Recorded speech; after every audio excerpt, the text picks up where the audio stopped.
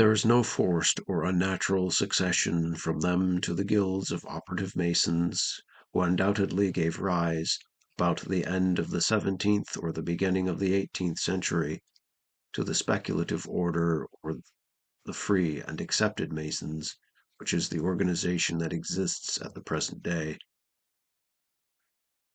There is, therefore, nothing absolutely untenable in the theory that the Mithraic mysteries, which prevailed in Europe until the 5th or perhaps the 6th century, may have impressed some influence on the ritual, form, and character of the association of early builders, and that this influence may have extended to the traveling Freemasons, the operative guilds, and finally to the free and accepted Masons, since it cannot be proved that there was not an uninterrupted chain of succession between these various organizations. The theory of Mr. King cannot, therefore, be summarily rejected. It may not be altogether true, but it has so many elements of truth about it that it claims our serious consideration. But after all, we may find a sufficient explanation of the analogy which undoubtedly exists between the rites of the ancient mysteries and those of the modern Freemasons in the natural tendency of the human mind to develop its ideas in the same way when these ideas are suggested by the same or similar circumstances. The fact that both institutions have taught the same lessons by the same method of instruction may be attributed not to a direct and uninterrupted succession of organizations, each one a link of a long chain leading consequentially to another, but rather to a natural and usual coincidence of human thought.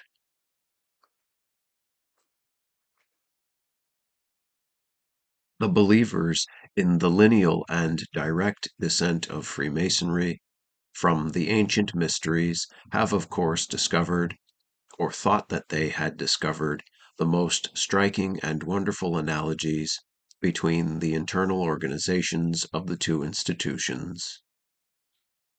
Hence, the most credulous of these theorists have not hesitated to compare the Hierophant, or the explainer of the sacred rites in the mysteries, with the worshipful master in a Masonic lodge, nor to style the Dedachos, or torchbearer, and the Hieroserix, or herald of the mysteries, wardens, nor to assign to the Epibomos, or altar server, the title and duties of a deacon. That there are analogies, and that many of them are very curious, cannot be denied, but I shall attempt, before leaving this subject, to explain the reason of their existence in a more rational way than by tracing the modern as a succession from the ancient system. The analogies existing between the ancient mysteries and Freemasonry, upon which the theory of the descent of the one from the other has been based, consist in the facts that both were secret societies, that both taught the same doctrine of a future life, and that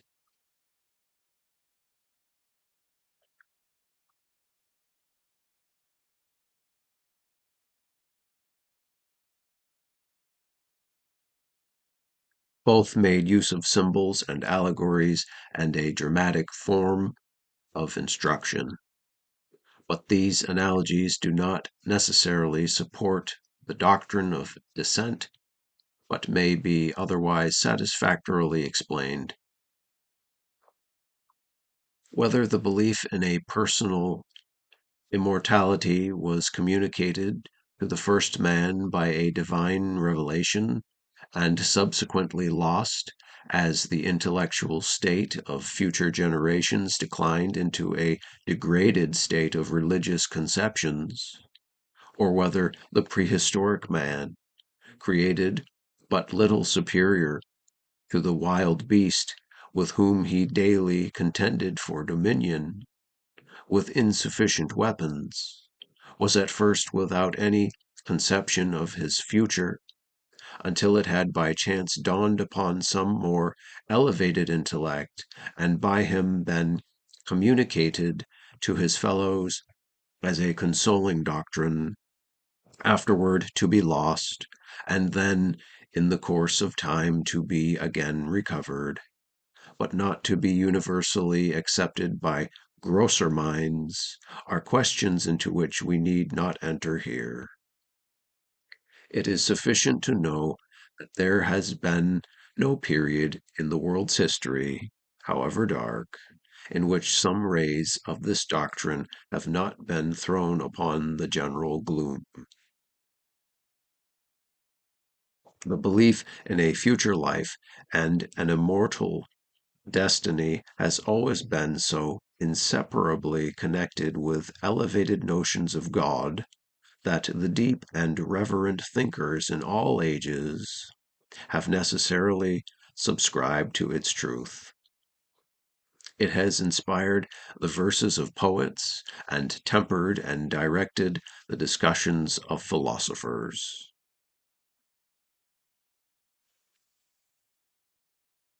As both the mysteries of the ancients and the Freemasonry of the moderns were religious institutions, the conceptions of the true nature of God, which they taught to their disciples, must, of course, have involved the ideas of a future life, for the one doctrine is a necessary consequence of the other. To seek, therefore, in this analogy the proof of a descent of the modern from the ancient institution is to advance an utterly fallacious argument. As to the secret character of the two institutions, the argument is equally untenable. Under the benighted rule of pagan idolatry, the doctrine of a future life was not the popular belief. Yet there were also some who aspired to a higher thought, philosophers like Socrates and Plato, who nourished with earnest longing the hope of immortality. Now it was by such men that the mysteries were originally organized, and it was for instruction in such a doctrine that they were instituted. But opposed as this doctrine was to the general current of popular thought, it became necessarily and defensively esoteric and exclusive.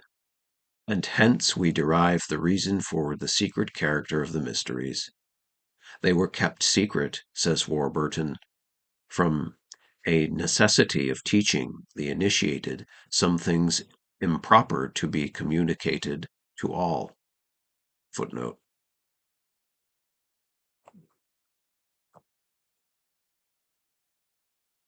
Div. Legat. 1, page 201.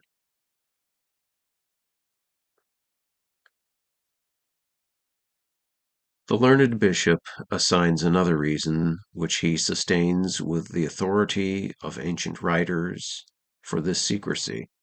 Nothing, he says, excites our curiosity like that which retires from our observation and seems to forbid our search. Footnote. Ibid. 1, page 200.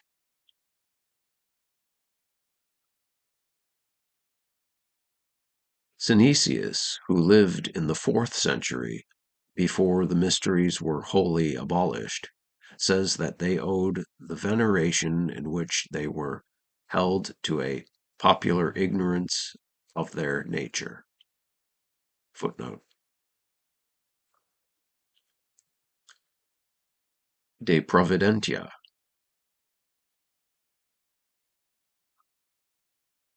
And Clemens of Alexandria, referring to the secrecy of the mysteries, accounts for it, among other reasons, because the truth seen through a veil appears greater and more venerable. Footnote. Stromat 5, 419. Freemasonry also teaches the doctrine of a future life, but although there was no necessity, as in the pagan mysteries, to conceal this doctrine from the populace, yet there is, for the reasons that have just been assigned, a proneness in the human heart, which has always existed, to clothe the most sacred subjects with the veil of mystery. It was this spirit that caused Jesus to speak to the Jewish multitudes in parables, whose meaning his disciples, like initiates, were to comprehend, which would be unintelligible to the people, so that seeing they might not see, and hearing they might not understand. The mysteries and Freemasonry were both secret societies, not necessarily because the one was the legitimate successor of the other, but because both were human institutions and because both partook of the same human tendency to conceal what was sacred from the unhallowed eyes and ears of the profane. In this way may be explained the analogy between the two institutions, which arises from their secret character and their esoteric method of instruction. The symbolic form of imparting the doctrines is another analogy which may be readily explained. For when once the esoteric or secret system was determined on, or involuntarily adopted by the force of those tendencies to which I have referred, it was but natural that the secret instruction should be communicated by a method of symbolism, because in all ages symbols have been the cipher by which secret associations of every character have restricted the knowledge which they imparted to their initiates only. Again, in the mysteries, the essential doctrine of a resurrection from death to eternal life was always taught in a dramatic form. There was a drama in which the aspirant or candidate for initiation represented, or there was visibly pictured to him, the death by violence and then the resuscitation or apotheosis, the resurrection to life and immortality of some god or hero in whose honor the peculiar mystery was founded. Hence in all the mysteries there were the thanatos, the death or slaying of the victim, the aphonism, the concealment or burial of the body by the slayers, and the heresis, the finding of the body by the initiates. This drama, from the character of the plot, began with mourning and ended with joy. The traditional Pyrrhica, sometimes attributed to Pythagoras when he discovered the 47th problem, and sometimes to Archimedes when he accidentally learned the principle of specific gravity, was nightly repeated to the initiates when, at the termination of the drama of the mysteries, they had found the hidden body of the master.